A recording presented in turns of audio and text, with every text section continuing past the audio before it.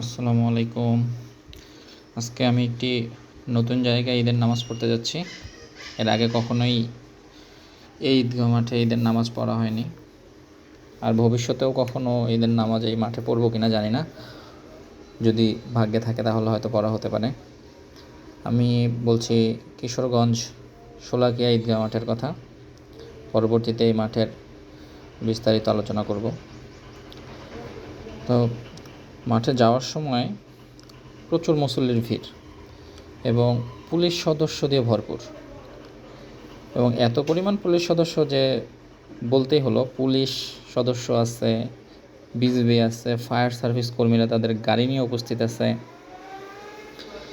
RAB সদস্যরা আছে, এবং ভিতরে তাকিয়ে দেখলাম যে মাঠের প্রায় অর্ধেকের বেশি পরিপূর্ণ হয়ে গেছে। নামাজ ছিল সকাল 10টায়। আমি 2 ঘন্টা আগে অর্থাৎ 8টার সময় মাঠে উপস্থিত হয়েও দেখছি মাঠের এই অবস্থা, এবং গেটে যখন পৌঁছালাম তখন দেখলাম যে আরও খারাপ অবস্থা। প্রচুর পরিমাণ ভিড়, এবং এক্স-রে মেশিনের মাধ্যমে একজনকে চেক করে ঢুকানো হচ্ছে। যাই হোক, সিরিয়ালে দাঁড়ালাম, গেট পর্যন্ত পৌঁছালাম। গেটে যেতে দেখি প্রত্যেকটি এক্স-রে মেশিনের পাশে ম্যানুয়ালি আবার 2 জন চেক করছেন। আইনশৃঙ্খলা বাহিনী প্রচুর পরিমাণ তৎপর ছিলেন, এবং ভিতরেও আইনশৃঙ্খলা বাহিনীর অনেক লোক ছিলেন, পুলিশ সদস্য দেখতে পাচ্ছি। তো মাঠে ঢুকলাম, সৌভাগ্য হয়েছে মাঠে এই ঈদের নামাজ আদায় করার। ভিতরে দেখলাম স্কাউট সদস্যরা আছেন। স্কাউট সদস্যরা একজন বড় বড় বক্স নিয়ে দাঁড়িয়ে আছেন। এই বক্সগুলো আসলে মাঠের উন্নয়ন কাজের জন্য যে অর্থ সংগ্রহ করা হয়, অর্থাৎ মুসল্লিরা যে দান করেন সেই দানের টাকা তোলার জন্যে স্কাউট সদস্যরা প্রত্যেকটি কাতারে কাতারে যান এবং অর্থ সংগ্রহ করেন।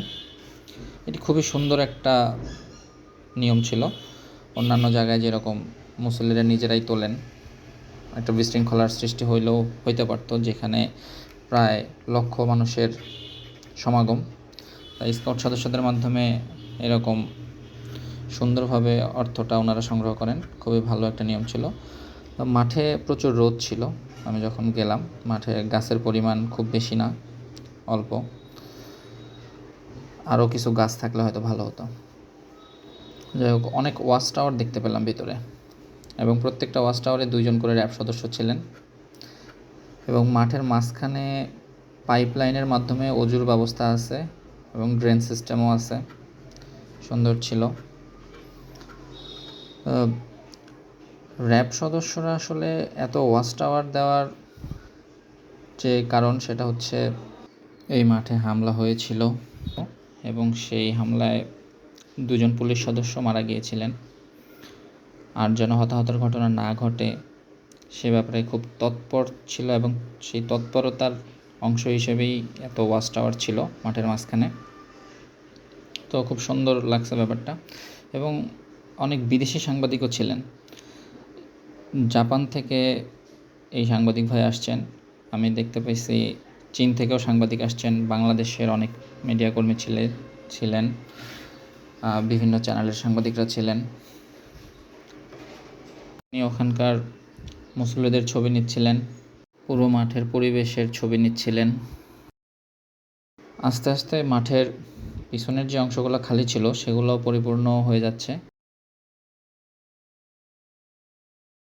প্রায় অনেকটাই পরিপূর্ণ হয়েও গেছে।